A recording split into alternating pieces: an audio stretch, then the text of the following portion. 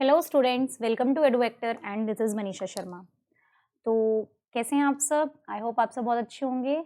और अब तो वैसे भी बोर्ड एग्जाम्स की डेट ही आ गई है, आपकी तैयारी भी बहुत अच्छे से चल रही होगी। तो आज की इस वीडियो में हम पढ़ेंगे राइट हैंड थंब रूल, जो कि मैक्सवेल ने दिया था। जो कि किसने दिया था? मैक्सवेल ने दिया था। हम राइट हैंड थंब रूल पढ़ेंगे और ये पार्ट है चैप्टर 13 का, magnetic effects of electric current.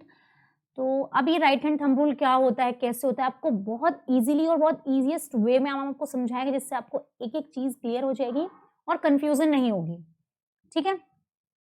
सबसे पहली बात तो ये है कि जो ये मैक्सवेल का जो राइट हैंड थंब रूल होता है, ये हम सिर्फ और सिर्फ स्ट्रेट वायर्स या फिर स्ट्रेट करंट कैरिंग कंडक्टर में ही हम यूज करते हैं, वो भी उनकी डायरेक्शंस को फाइंड आउट करने के लिए। क्लियर है इतनी बात? ठीक है। मानो कि अगर हमें डायरेक्शन पता है, तो डायरेक्शन नॉर्मल सी बात है, अगर हमें डायरेक्शन पता है, किसी वायर की डायरेक्शन पता है, तो हम उससे बहुत इजीली क्या निकाल सकते हैं? मैग्नेटिक फील्ड निकाल सकते हैं। कहने का मतलब है कि जो हमने कल आपको लास्ट वीडियो में जो हमने आपको 3 चीजें पढ़ाई थी, सोलेनॉइड पढ़ाया था, एक सर्कुलर लूप और एक स्ट्रेट। हम जो स्ट्रेट की है, स्ट्रेट वायर में हम जो मैग्नेटिक फील्ड फाइंड आउट करते हैं स्ट्रेट करंट कैरिंग कंडक्टर में, वो हम किसकी हेल्प से करते हैं? मैक्सवेल के राइट हैंड थंब रूल की हेल्प से। ठीक है। ये रूल सिर्फ वहीं पे लगेगा अगर हमें डायरेक्शन किसकी निकालनी है? स्ट्रेट करंट कैरिंग कंडक्टर में निकालनी है। तो ठीक है, सबसे पहली बात तो ये है। स्टार्ट करते हैं। नॉर्मल सी बात है, सबसे पहला क्वेश्चन तो यहीं से बन जाता है कि राइट हैंड थंब रूल किसने दिया? मैक्सवेल ने। ठीक है। सबसे बहुत इजी और बहुत ध्यान से समझना, बहुत अच्छे समझ में आएगा। मानो अगर कोई वायर है, ठीक है, क्या है? एक वायर है और हमने उसे अपने राइट हैंड से पकड़ा हुआ है।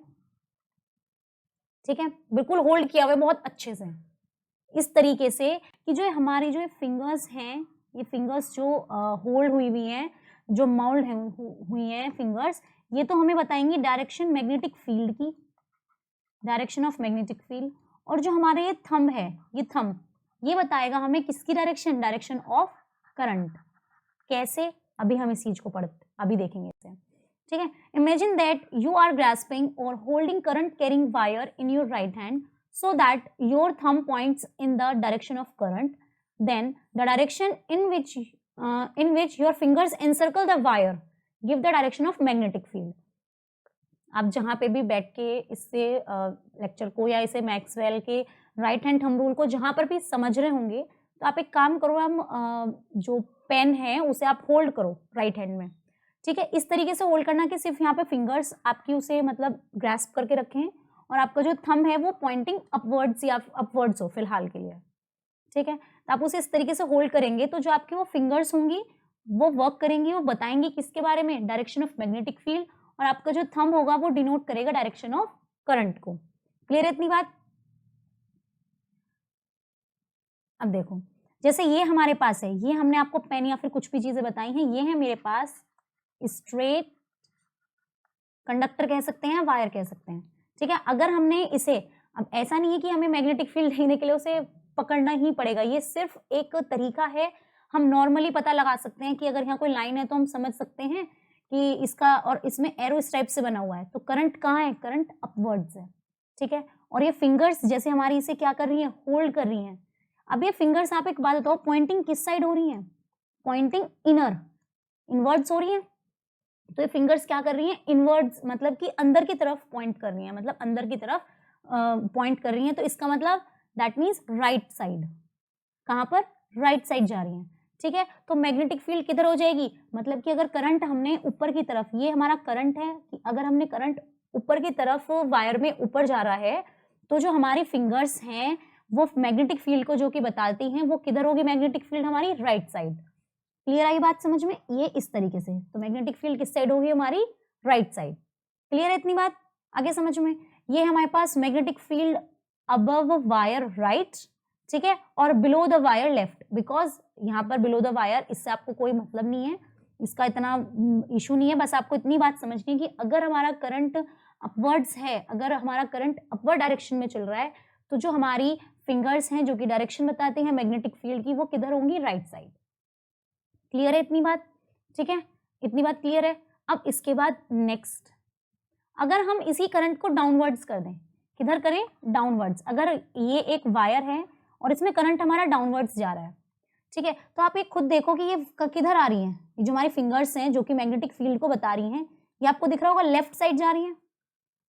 किधर जा रही है? Left side.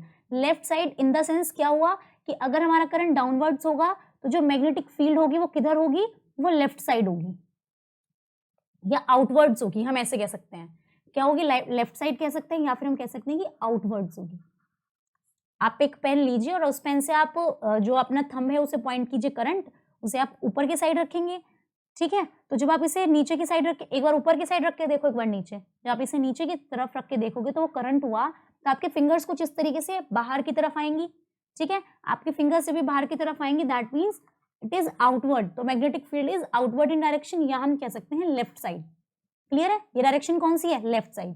आगे इतनी बात समझ में। लेकिन अगर आप उन्हें फिंगर्स को अपनी इस तरीके से ऊपर की तरफ रखेंगे तो आपके फिंगर्स अपने आप ही क्या होगी? वो ग्रैस्प कर लेगी जो आपकी पाम है उधर, उस तरफ, तो उधर क्या हो जाएगा? Right side. मीन्स टू से इनवर्ड्स। हम राइट या फिर इनवर्ड्स भी कह सकते हैं। क्या? Magnetic field. ये बहुत ही ज्यादा इजी वे है आपको समझाने का, जिससे कि एक बार में समझ में आ जाए, इसलिए मैंने यहाँ पे आपके लिए GIF यूज की है, जिससे कि आप इसे समझ लें किस तरीके से वायर करंट कैरिंग, कोई वायर या फिर कोई कंडक्टर है, करंट अगर अबव साइड जा रहा है तो मैग्नेटिक फील्ड राइट या इनवर्ड्स, और अगर डाउन साइड जा रहा है तो मैग्नेटिक फील्ड आउटवर्ड्स या लेफ्ट। क्लियर है इतनी बात? ठीक है, अब पढ़ते हैं अपना टॉपिक। तो इतनी बात हमें समझ में आ गई। नेक्स्ट, तो direction in which fingers are folded, वो डायरेक्शन जिसमें हम फिंगर्स को फोल्ड करेंगे, वो डायरेक्शन क्या देगी? मैग्नेटिक फील्ड की या फिर मैग्नेटिक फील्ड लाइंस की। ये बात मैंने आपको बहुत अच्छे से बता दी है। तो इन केस, अगर कोई केस ऐसा है, मतलब मीन्स टू से अगर हमारे फिंगर्स फोल्ड हो रही हैं एंटी क्लॉकवाइज डायरेक्शन में, तो मैग्नेटिक फील्ड लाइंस की डायरेक्शन भी क्या होगी? Anti clockwise. एंटी क्लॉकवाइज कौन सी होती है? ये वाली डायरेक्शन। क्लॉकवाइज कौन सी होती है? ये वाली डायरेक्शन। ठीक है, तो अब आप खुद सोचो कि यहाँ पर एंटी क्लॉकवाइज जा रही है, तो हमारी जो डायरेक्शन है वो भी किस तरफ होगी? Anti clockwise. क्लियर है इतनी बात? उल्टा उल्टा ऐसे करके अगर आएगी तो एंटी क्लॉकवाइज हो गई, और अगर ऐसे जा रही है तो कितनी हो गई? इसका भी एक बहुत आसान सा तरीका है, इसे मैं बता देती हूँ यहीं पे। ठीक है, कि एंटी क्लॉकवाइज और क्लॉकवाइज डायरेक्शन हम कैसे पता लगाते हैं। अगर आपको कहीं पे भी फाइंड आउट करना है एंटी क्लॉकवाइज और क्लॉकवाइज डायरेक्शन, ये मोस्टली किसमें होती हैं? ये मोस्टली यूज होती हैं सर्कुलर लूप में, हम कह सकते हैं। ठीक है, हम अपने आप ही ऐसे नॉर्थ N और साउथ S बना लेते हैं उसी में। तो अगर आपकी जो अभी से कंप्लीट अगर हम सर्कल करें, तो अगर आपके किसी भी सर्कुलर लूप में अगर आपकी जो डायरेक्शन है वो इस ऐसे जा रही है इस साइड, तो साउथ का मतलब होता है क्लॉकवाइज। ठीक है, और अगर घुमा घुमा के जा रही है, घुमा के इन द सेंस नॉर्थ में, मतलब अगर नॉर्थ पे ऐसे सर्कल बनता है तो that means it is anti clockwise. बहुत इजी वे है, इसे प्लीज समझना, बहुत ही आसान आपको ये लगेगा कि एंटी क्लॉकवाइज और क्लॉकवाइज हमें कैसे पता लगाते हैं। ठीक है, आप सीधा वहां पे नॉर्थ और साउथ बना के देखो। देखो आपको एक बहुत अच्छे से एक चीज समझाते हैं, जैसे कि मानो हमारे पास एक सर्कल है और इस सर्कल में हमें डायरेक्शन पता चल गई कि ये है, तो हम क्या करेंगे? तुरंत यहाँ पर N बना के देखेंगे। तो N बना के देखा तो N ऐसे, मतलब कि कहाँ जा रहा है? इस साइड आ रहा है, ऐसे आ रहा है, तो दैट मीन्स ये क्या हुई? इसमें एंटी क्लॉकवाइज डायरेक्शन है। तो अगर आपको डायरेक्ट N नहीं बनाना तो आप S बना के देख लो। आपको यहाँ पे S बना के देख लेते, तो क्या ये करंट इस तरफ जा रहा है, उल्टा जा रहा है? तो अगर उल्टा नहीं जा रहा है तो दैट मीन्स ये क्या हुई? Anti clockwise. ठीक है, तो नॉर्मल सी बात है कि अगर हमारी जो फिंगर्स हैं वो एंटी क्लॉकवाइज डायरेक्शन में है तो मैग्नेटिक फील्ड भी एंटी क्लॉकवाइज होगी, और अगर क्लॉकवाइज डायरेक्शन में है तो मैग्नेटिक फील्ड भी क्लॉकवाइज होगी। नाउ नोट, जो कि बहुत इंपॉर्टेंट है और बहुत ही ज्यादा एग्जाम में पूछी जाने वाली चीज है, कि क्या है कि जब करंट हमारा फ्लो करेगा वर्टिकली अपवर्ड्स, करंट कहाँ होगा? वर्टिकली अपवर्ड्स होगा, तो जो डायरेक्शन है मैग्नेटिक फील्ड की वो आएगी एंटी क्लॉकवाइज। हो सकता है आपसे जो ऑप्शंस में, मानो आपसे ऑप्शंस में दे दिया गया कि when electric current flows vertically upwards direction of magnetic field produced is, अगर आपसे सीधा सीधा वन वर्ड होता है तो हम डायरेक्ट लिख देते हैं, सीधा सीधा आपसे बोलते हैं एंटी क्लॉकवाइज भी है और इनवर्ड्स भी है, ठीक है, और राइट साइड भी है। तो इसका आंसर क्या हुआ है, तीनों हो सकते हैं। क्लियर है इतनी बात, ठीक है। ऑन द अदर हैंड अगर इलेक्ट्रिक करंट हमारा फ्लो कर रहा है वर्टिकली डाउनवर्ड्स तो डायरेक्शन मैग्नेटिक फील्ड की क्या हो जाएगी, क्लॉकवाइज हो जाएगी। क्लियर है कैसे होगी, ये सब हमने आपको बता दिया है। और ये क्या होगी, आउटवर्ड्स होगी और लेफ्ट होगी। क्लियर है इतनी बात, ठीक है। यहीं से ही क्वेश्चन आता है और कोई इसमें इतना कुछ खास नहीं है, बस इतना ही है।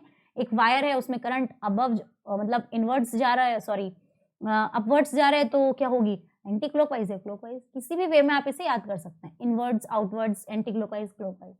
क्लियर है इतनी बात। लेकिन आपको ये सब चीजें याद करने की जरूरत नहीं पड़ेगी अगर आपने से नॉर्मली आपको ये समझ में आ जाए बेसिक, तो बिल्कुल आपको बिल्कुल इसमें जरूरत नहीं पड़ेगी कि आपको ये याद करनी हो तीनों चीजें कि ये है, नो। और आपको समझ में आ गया है तो आप नॉर्मली किसी भी पेन को पकड़ेंगे और अपने आप ही समझना स्टार्ट कर देंगे वहीं पे, ठीक है। ये कुछ इस तरीके से होता है, ये हो गई इसकी क्लॉकवाइज और एंटी क्लॉकवाइज डायरेक्शन। अब आपको ये पता लगानी है कौन सी है, तो सीधा सीधा मैंने इसमें एन बना के देखते हैं। चलो पहले तो एन का मतलब है कि ये ऐसे जा रही है, ऐसे तो नहीं जा रही है, दैट मीन्स ये क्या हुई, क्लॉकवाइज हो गई है। ये क्या हो गई, क्लॉकवाइज, सॉरी ये होगी एंटी क्लॉकवाइज, और ये होगी हमारे पास क्लॉकवाइज डायरेक्शन। क्लियर है इतनी बात। ये बस मैंने आपको इकट्ठा एक बार फिर से ये डायग्राम आपको समझा दिया जिससे कि समझ में आ जाए और कोई प्रॉब्लम ना हो। क्लियर है इसमें इतनी बात, आ गया समझ। Thank you all of you. बस आज की क्लास में सिर्फ इतना ही, बस आपको मेन मैक्सवेल का राइट हैंड थंब रूल ही बताना था। आई होप बहुत अच्छा समझ में आया होगा और चैनल को लाइक शेयर सब्सक्राइब करना ना भूलें। Thank you.